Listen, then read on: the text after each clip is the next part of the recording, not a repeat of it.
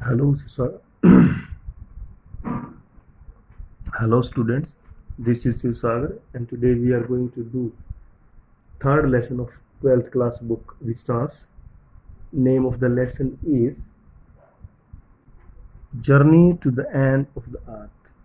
First part हमने कर लिया है. Second part. Students on Ice. The program I was working with on the Shokasky. ये जो राइटर है, ऑथर है, जो जिस प्रोग्राम के थ्रू काम कर रही थी उसका काम नाम था स्टूडेंट्स ऑन आइस, और इसका एम था aims to do exactly this by taking high school students to the end of the world. इसका जो एग्जैक्टली एम था कि हाई स्कूल के जो स्टूडेंट्स हैं, 10वीं या 12वीं के जो स्टूडेंट हैं, उन स्टूडेंट को वर्ल्ड के एंड तक ले जाना, एंड और providing them with inspiring educational opportunity, और उनको एजुकेशनल अपॉर्चुनिटी प्रदान करना विच विल हेल्प देम, जो हेल्प करेगी उनकी, foster a new understanding and respect for our planet, जिससे वो अच्छे तरीके से हमारे प्लेनेट को समझ पाएंगे और उसकी रिस्पेक्ट कर पाएंगे। It is been an operation for 6 years now, और ये जो काम है अब 6 महीने से चल रहा था, headed by Canadian Geoff Green. Geoff Green नाम का कोई व्यक्ति है कनाडा का, और उसके थ्रू वो ये काम कर रहा था।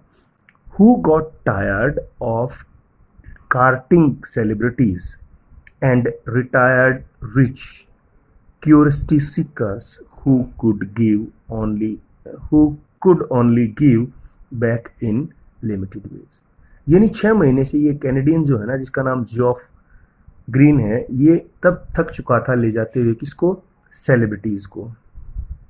रिटायर्ड सेलिब्रिटी एंड रिटायर, जो रिटायर लोग हैं उनको, सेलिब्रिटीज को, अमीर लोगों को, क्यूरियोसिटी सीकर्स, जो नई नए काम करने की जिनकी इच्छा होती है या नई नई चीज़ें ढूंढने की जो इच्छा होती है, उनको वो क्या करते थे, इनको वापस में एक लिमिटेड वे में ही रिएक्शन दे पाते थे, कि वो गए और बस देखा कि हाँ यार ये तो गलत हो रहा है, ये तो नहीं होना चाहिए, और आने के बाद वो इन बातों को भूल जाते थे। विद स्टूडेंट ऑन आइस, और स्टूडेंट ऑन आइस में ही ऑफर्स द फ्यूचर, वो ऑफर करता था द फ्यूचर जनरेशन को ऑफ पॉलिसी मेकर्स, जो पॉलिसी मेक बनाने वाले जो बच्चे हैं, यानी आगे जो जनरेशन है, 11वीं 12वीं जनरेशन जो आगे जाके देश को संभालने वाली है, उस जनरेशन को ऑफर कर रहा था ए लाइफ चेंजिंग एक्सपीरियंस, जिससे कि उनकी पूरी लाइफ चेंज होने वाली थी। At an age when they are ready to observe, उस उम्र में जब वो तैयार थे observe, learn and most importantly act. यानी जो ये ऊपर वाले जो लोग लिखे, ये तो सिर्फ एक लिमिटेड रिएक्ट ही दे पाते थे, लेकिन अब ये क्या कर रहा था, ये स्टूडेंट्स को ले जा रहा था और उनको सिखा रहा था, उनको बता रहा था कि ये जो बच्चे हैं ये लाइफ चेंजिंग है, यानी आगे चल के कुछ ना कुछ एक्शन ले सकते हैं, और लर्न कर रहे थे और डेफिनेटली इसके ऊपर एक्ट भी करते। तो उनको ये दिखाना चाहता था कि क्या हो रहा है, कि हमारा फ्यूचर कैसा होगा। द रीजन, कारण the programme has been so successful is because it is impossible to go anywhere near the south and not be affected by it।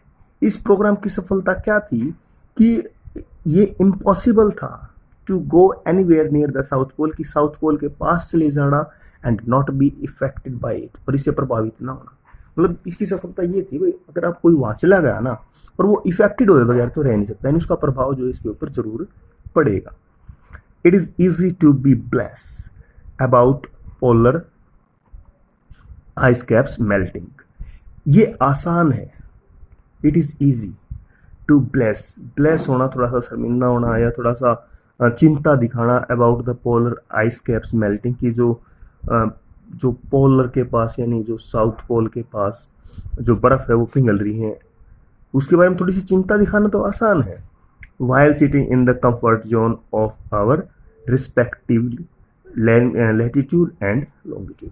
हमारे लैंगिट्यूड और लैटिट्यूड, यहाँ पे लैंगिट्यूड लैटिट्यूड का मतलब है कि जो अक्षांश और देशांतर रेखाएं खींची हैं, या जहाँ हम घर पे बैठे हैं ना, घर पे बैठ के ये बात कहना कि यार वो पिघल रही है, वो गलत हो रहा है, तो कंफर्ट जोन में बैठ के ये बातें कहना आसान है।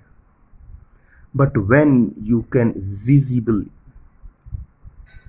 see glacier retreating and ice shelves collapsing, जब आप देखते हैं, क्या देखते हैं कि जो ग्लेशियर हैं वो पिघल रहे हैं, रिट्रीटिंग कर रहे हैं, और जो आइस शेल्स हैं वो कोलैप्सिंग, वो टूट रही हैं, यानी जो बर्फ के बड़े बड़े जो खंड हैं वो टूट रहे हैं।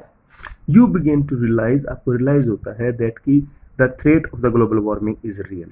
यानी यहाँ बैठ के कहना यार हाँ ग्लोबल वार्मिंग बढ़ रही है, तो बात आसान है, लेकिन जब आप वहाँ जाते हो, उसको देखते हो कि जो ग्लेशियर है वो लगातार पिघलते जाने लग रहे हैं, और जो आइस की जो बड़े बड़े जो बर्फ के जो पहाड़ हैं वो टूटते जा रहे हैं, बर्फ टूटती जा रही है, कोलैप्स होती जा रही हैं।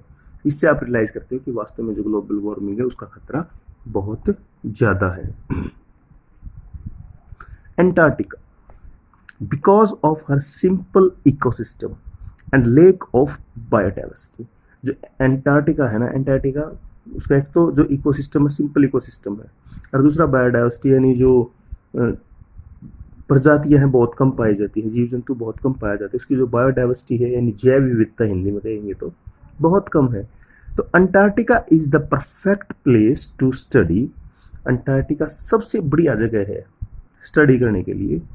How little change in environment can have big repercussions, कि किस प्रकार से एनवायरनमेंट में जो छोटे छोटे जो चेंज है ना, छोटे छोटे जो बदलाव होते हैं एनवायरनमेंट में, वो किस प्रकार से हैव बिग रिक्रूशंस, उनके जो परिणाम निकलते हैं वो कितने बड़े बड़े परिणाम निकल सकते हैं।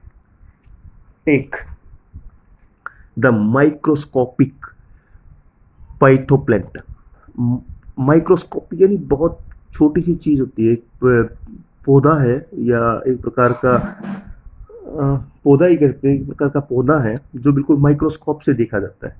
अब वो कहता है कि कहती है कि take the microscopic phytoplankton, phytoplankton का उदाहरण ले लो। क्या है ये? दोज ग्रास इज वो grass of the sea that nourish, जो नूरिश करती है, एंड सस्टेन, और सस्टेन करना मतलब कंटिन्यू करना, जो सस्टेन करती है the entire southern ocean food chain. ये जो फाइटोप्लैंक्टन है ना, ये एक ग्रास है जो पूरा जो साउथ का, यानी यहाँ पे साउथ पोल के पास जितना भी फूड चेन है उस सारी को ये अकेली जो है ये नोरिश करती है, यानी उसका पालन पोषण ये अकेली चीज करती है। द सिंगल सेल्ड प्लांट, और ये सिंगल सेल प्लांट है, यूज द सन्स एनर्जी, सन की एनर्जी को यूज करता है टू एसिमुलेट कार्बन, कार्बन को ऑब्जर्व करना, कार्बन को ले लेना, कार्बन को लेता है, एंड और synthesis organism compound in that wonders, और जो सिंथेसिस जो ऑर्गेनिक कंपाउंड्स हैं in that wonders, and most important और सबसे ज्यादा ऑफ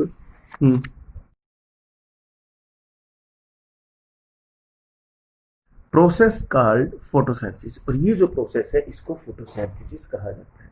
यानी कुल मिला के जो ऑथर है ये बताना चाहती है कि जो फाइटोप्लैंक्टन है वो क्या करता है, पूरी साउथर्न जितनी भी जीव जंतु हैं सभी का पालन पोषण वो करता है।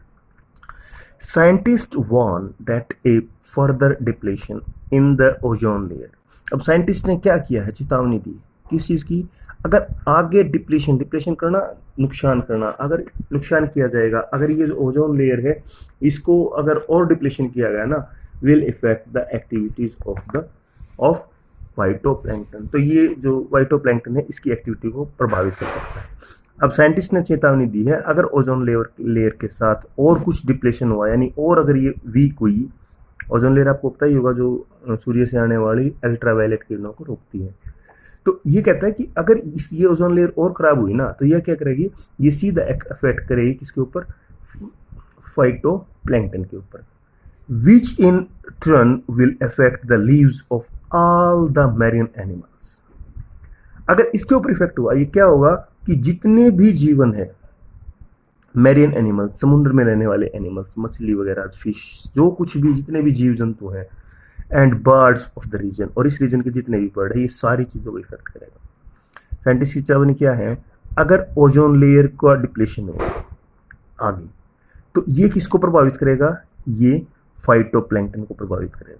अगर फाइटोप्लैंक्टन को कुछ हुआ तो पूरी जो मैरियन एनिमल्स यानी समुद्र के जो एनिमल्स हैं और जो बर्ड्स हैं इस रीजन के, वो सारे का लाइफ प्रभावित होगी। द ग्लोबल कार्बन साइकिल और पूरा जो ग्लोबल साइकिल है उस वो प्रभावित होगा।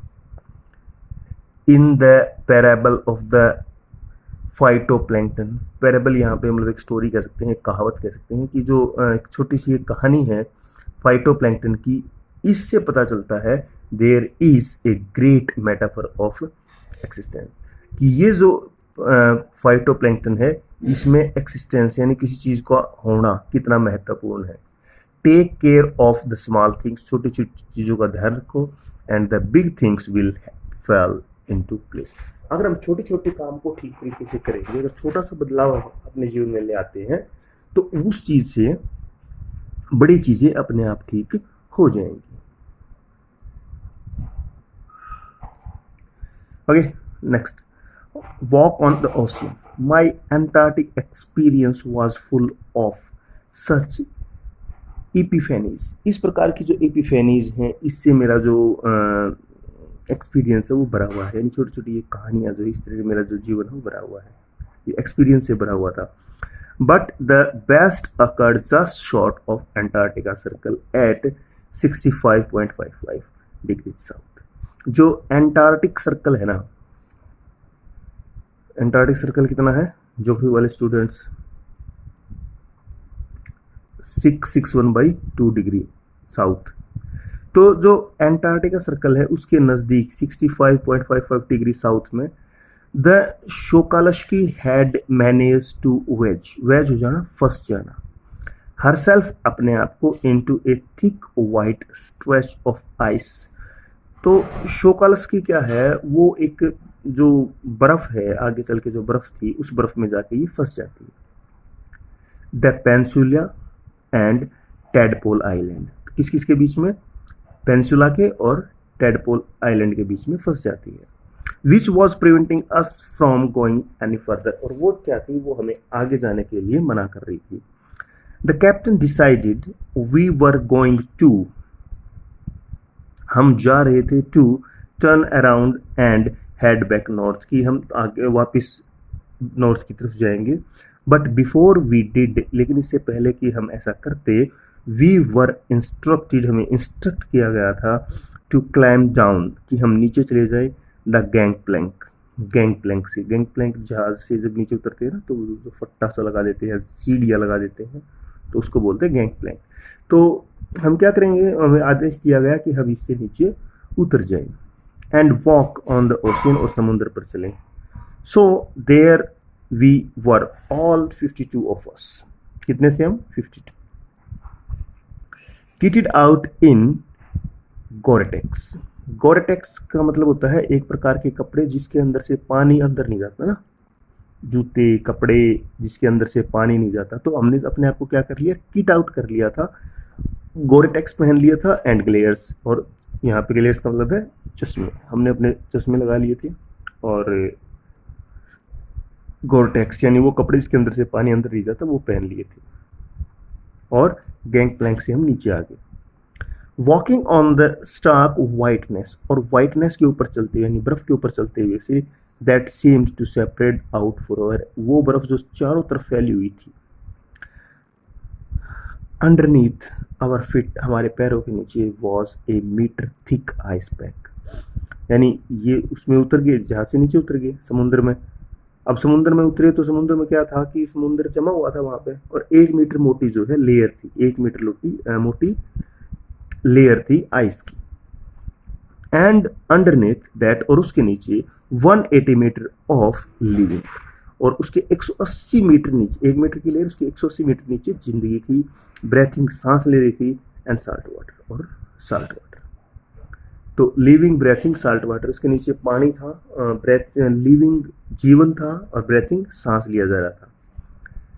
इन द प्रीफेरी कैरबेटर cells were stretching and shunning themselves on the ice wall, ice fall मतलब बर्फ का जो बड़ा सा टुकड़ा होता है उसके प्रिफेरी किनारे पर।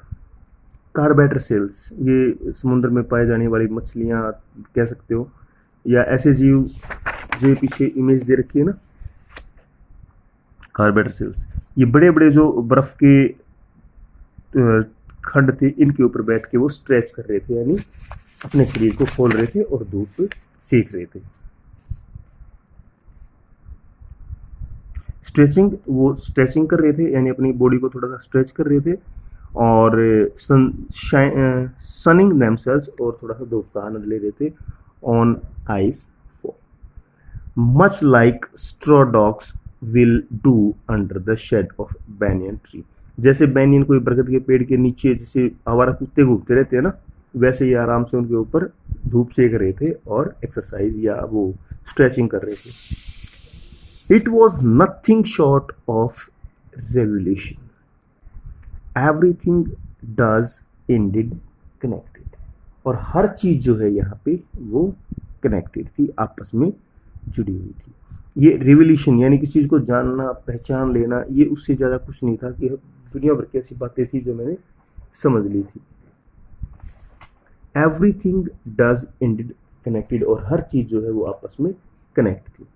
9 टाइम जोन पहले पढ़ के आए थे, 6 checkpoints, 3 water bodies, 3 bodies of water, man ecosphere later, I will still wondering, यानी अब ये वापिस आ गई है। अब ये कहती है कि मैं अभी भी इस बात से आश्चर्य में हूँ about the beauty of balance in play on our planet. हमारे प्लेनेट पे जो ब्यूटी है ना, जो सुंदरता है, उसका जो बैलेंस है, बैलेंस यहाँ पे हम कोई काम करते हैं और जो साउथर्न जो पोल है वहाँ पे जो लाइफ है उसको हम प्रभावित करते हैं, तो वो बैलेंस जो है कि यहाँ का काम वहाँ प्रभावित कर रहा है, इस चीज़ को देख के ये बहुत ही आश्चर्यचकित थी। How would it be if Antarctica were to become the warm place. अगर एंटार्क्टिका वार्म प्लेस बन जाए तो क्या होगा, that it once used to be. पहले जो अंटार्कटिका था वो एक गर्म प्लेस था, मतलब जब वो भारत से जुड़ा हुआ था, इंडिया से जुड़ा हुआ था, पूरा लैंड मास एक था। अगर वैसा हो गया यानी वो पूरा ग्लेशियर पिघल गया, या पूरा जो अंटार्कटिका पे जितनी बर्फ अगर वो सारी पिघल गई तो क्या होगा। Will we be around to see it, क्या हम ऐसा देख पाएंगे। और would we have gone the way of the dinosaurs, मैमोथ्स।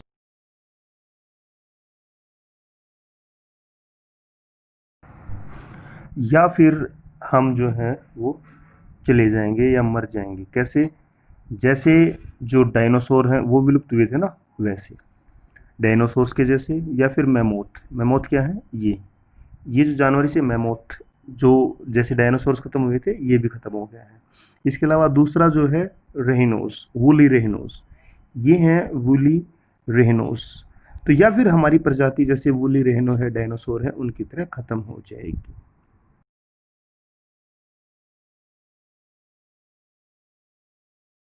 Who is to से, कौन कह सकता है हम तब तक रहेंगे या नहीं रहेंगे, या हमारी जाति जो है डायनासोर्स की तरह, मैमोथ्स की तरह, या वूली रेहनोज की तरह खत्म हो जाएगी। But after spending 2 weeks with a bunch of teenager, एक टीनेजर के ग्रुप के साथ जो टाइम मैंने बिताया, who still have the idealism to save the world, जिनके पास अभी भी आइडियलिज्म है कि वो संसार को बचाएंगे। All I can say is, जो मैं कह सकती हूँ, that a lot can happen in millions years, बहुत कुछ है जो मिलियन ईयर में घटित हो गया है। But what A difference a day makes, लेकिन एक दिन जो है कितना अंतर ला सकता है। यानी आज हम अगर छोटा सा चेंज ले लें तो वो चेंज कितना अंतर ला सकता है। Okay, this was your lesson.